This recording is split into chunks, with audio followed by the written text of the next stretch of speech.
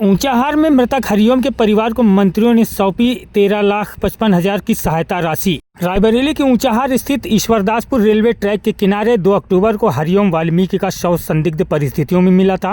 भीड़ ने उसकी पीट कर हत्या कर दी थी। इस मामले में पुलिस ने त्वरित कार्रवाई करते हुए अब तक 12 आरोपियों को जेल भेज दिया है। इसी क्रम में शनिवार को भाजपा सरकार के कैबिनेट मंत्री राकेश सचान, प्रभारी मंत्री रायबरेली और राज्य मंत्री स्वतंत्र प्रभार समाज कल्याण विभाग के असीम अरुण ने ऊंचाहार विधायक डॉक्टर मनोज कुमार पांडे के साथ मृतक हरिओम की पत्नी संगीता और उनके परिवार से ऊंचाहार की नई बस्ती पहुंचकर मुलाकात की। उन्होंने उत्तर प्रदेश सरकार द्वारा स्वीकृत पत्र और सहायता राशि के चेक वितरित किए। इस अवसर पर विधायक मनोज कुमार पांडे ने सरकार और जिला प्रशासन का आभार व्यक्त करते हुए परिवार को भविष्य में भी हर संभव मदद का आश्वासन दिया। मृतक हरिओम वाल्मीकि मूल रूप से फतेहपुर जनपद के तारावती का पूर्वा कोतवाली नगर के रहने वाले थे। मृतक हरिओम अनुसूचित जाति से थे और ऊंचाहार में ससुराल आते वक्त उत्पीड़न का शिकार हो गए। उनके आश्रितों को विभिन्न सरकारी योजनाओं के तहत कुल 13,55,000 रुपए से अधिक की आर्थिक सहायता प्रदान की गई है। इस सहायता राशि में उनकी पत्नी, बेटी और पिता को मिलने वाली राशि भी शामिल है। हरिओम की पत्नी श्रीमती संगीता को कुल 6,92,500 रुपए की एकमुश्त सहायता स्वीकृति की गई है। इसमें अनुसूचित जाति उत्पीड़न पीड़ितों को मिलने वाली सहायता के तहत 4,12,500 रुपए शामिल है, जो FIR, पोस्टमार्टम और आरोप पत्र दाखिल होने पर 50-50% रूप में दिए गए हैं। इसके अतिरिक्त उन्हें मुख्यमंत्री विवेकाधीन कोष से 2,50,000 रुपए की राशि भी मिली है। मृतक हरिओम की पत्नी संगीता को प्रति माह 8,500 रुपए की पेंशन भी मिलेगी। इसमें विधवा पेंशन और अनुमय महंगाई भत्ता शामिल है।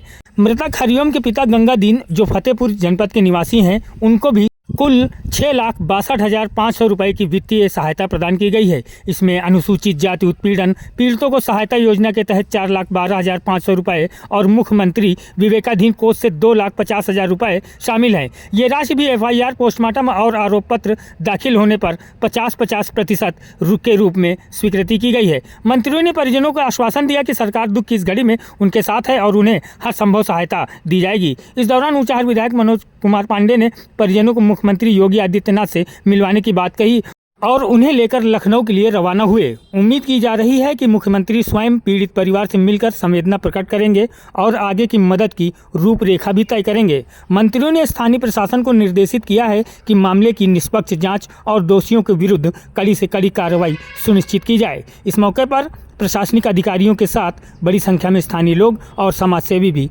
मौजूद रहे। क्या कहा प्रभारी मंत्रियों ने, आइए आपको सुनाते हैं। ब्यूरो रिपोर्ट, सच लिखने का जुनून।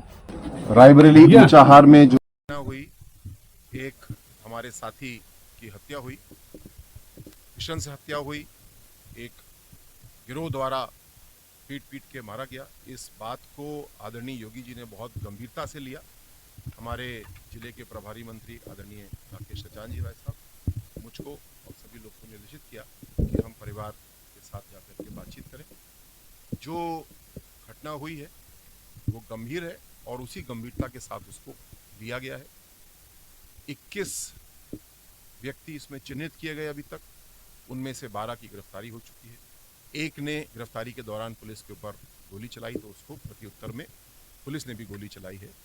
जो शेष अपराधी हैं उनको भी गिरफ्तार किया जाएगा।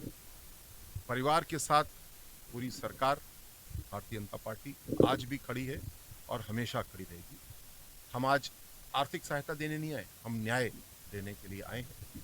लेकिन एक मुश्त धनराशि भी दी जा रही है पिंकी जी को भी और हरिओम जी के पिताजी को भी, जो फतेहपुर में निवास करते हैं। पिंकी जी के लिए प्रति माह 5,000 रुपये की पेंशन निर्धारित की गई है, जो महंगाई भत्ते के साथ होती है। पिया के लिए 2,500 रुपये प्रति माह का एक वजीफा तय किया गया है, जो भी महंगाई भत्ते के साथ बढ़ता रहेगा। लेकिन इस सबसे ज़्यादा महत्वपूर्ण बात यह है कि आज उत्तर प्रदेश की कानून व्यवस्था इतनी अच्छी हो चुकी है, लेकिन कुछ विरोधी पार्टियां एक झूठ फैलाने की कोशिश कर रही हैं। चोर आ गया, ड्रोन आ गया। पूरे उत्तर प्रदेश में हम लोग को होशियार रहे। यहाँ ऊंचाहार में कुछ विरोधियों ने इस प्रकार की अफवाह फैलाई और उसमें और भी लोग शामिल हुए और हमारे साथी हरिओम जी की मिशन से हत्या। सर ये पूर्व कहीं भी दूसरी बात, कहीं भी कोई इस तरह कानून को हाथ में लेगा तो उसको छोड़ा नहीं जाएगा। कानून उसका हिसाब किताब लेगा, जैसा कि यहाँ किया जा रहा है। कोई भी पूरे उत्तर प्रदेश में इस तरीके से कानून को अपने हाथ में लेने की कोशिश ना करें। कहीं पे आपको चोर दिखता है, कोई संदेह होता है, ये समझें विरोधी पार्टियां अच्छी कानून व्यवस्था को बदनाम करने का एक झूठा रास्ता ढूंढ रही हैं। आप पुलिस को बताइए, 112 मिलाइए, पुलिस आपके पास 5 मिनट पहुंचेगी और उसके ऊपर निर्णायक कार्रवाई। साथ साथ जो राजनीति कर रहे हैं लोग, जातिगत राजनीति कर रहे हैं, उनको भी समझना होगा कि ये एक घटना है, गंभीर घटना है। उस गंभीरता के साथ पुलिस और सरकार उसको ले रही है। जो आरोपी हैं वो यहाँ पे सभी जातियों के हैं और सब ने मिलकर के ये दुर्दांत घटना कारित की है। उन सब के खिलाफ बिना जाति को देखे हुए कार्रवाई हम लोग करते हैं। सर सवाल यही था कि ये सर मुद्दा बना रही है इसको कांग्रेस या कोई भी पार्टी, इस घटना के पीछे ऐसे लोग शामिल हैं जिनको उत्तर प्रदेश की कानून व्यवस्था इतनी सुधर गई है, ये स्वीकार नहीं हो रहा। इसलिए एक अफवाहबाजी का माहौल फैला है। पूरा उत्तर प्रदेश इस बात को समझ रहा है। मैं सभी को सूचित भी करना चाहूँगा, सचेत भी करना चाहूँगा कि कोई भी इस प्रकार की अफवाहबाजी में ना आए, वरना जैसे ऊंचाहार में अपराध हुआ, गंभीर अपराध हुआ, ऐसा किसी और के द्वारा उत्तर प्रदेश में नहीं होना चाहिए। अगर होगा तो जो कठोर कार्रवाई यहाँ की गई है उससे ज़्यादा कठोर कार्रवाई पुनः की जाए। सर आपने जैसा अभी कहा भी जित घटना नहीं थी, जांच में सामने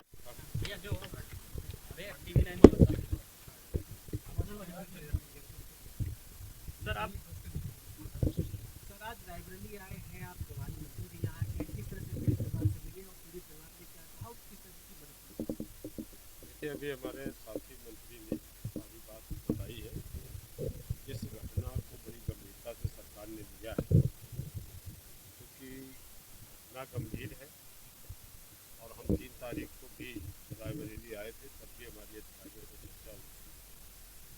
अभी मैंने अधिकारियों को कहा था कि इस घटना को गंभीरता से देखते हुए जो भी दोषी लोग हैं उनसे सख्त कार्रवाई। अब तक 12 लोगों पर कार्रवाई की गई है। एक व्यक्ति ने जब गोली चलाने का प्रयास किया तो उसको एनकाउंटर को भी उसको गोली लगी। तो जो चिन्हित हैं उन पर भी कार्रवाई होगी, बख्शा कोई नहीं जाएगा। सरकार पूरी तरह से पीड़ित परिवार के साथ है। सहयोग के लिए लोगों ने जो भी नियमानुसार उनकी पत्नी को, पिंकी को और उनके ससुर को, वो भी हम लोग 6,92,000 दोनों जगह को दे रहे हैं। 5,000 रुपये उनको पेंशन मिलेगी प्रतिमाह।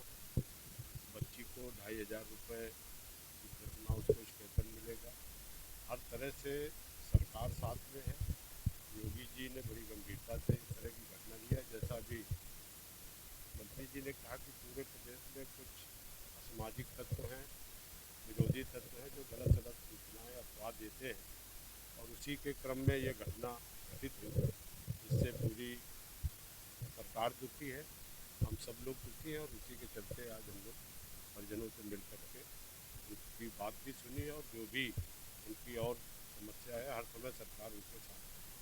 सर आमतौर से सर जब ऐसी घटनाएं होती हैं तो पत्नी पक्ष या पिता पक्ष जो है नाराज रहते हैं। आपने दोनों को बराबर दिया है, तो दोनों पक्ष संतुष्ट हैं, लड़के के घर वाले भी और ये भी। देखिए, सरकार ने इस घटना को गंभीरता से लिया है और जो पीड़ित पक्ष है, जो पक्ष है, उसमें पत्नी है या उनके पिता हैं, दोनों के साथ सरकार है।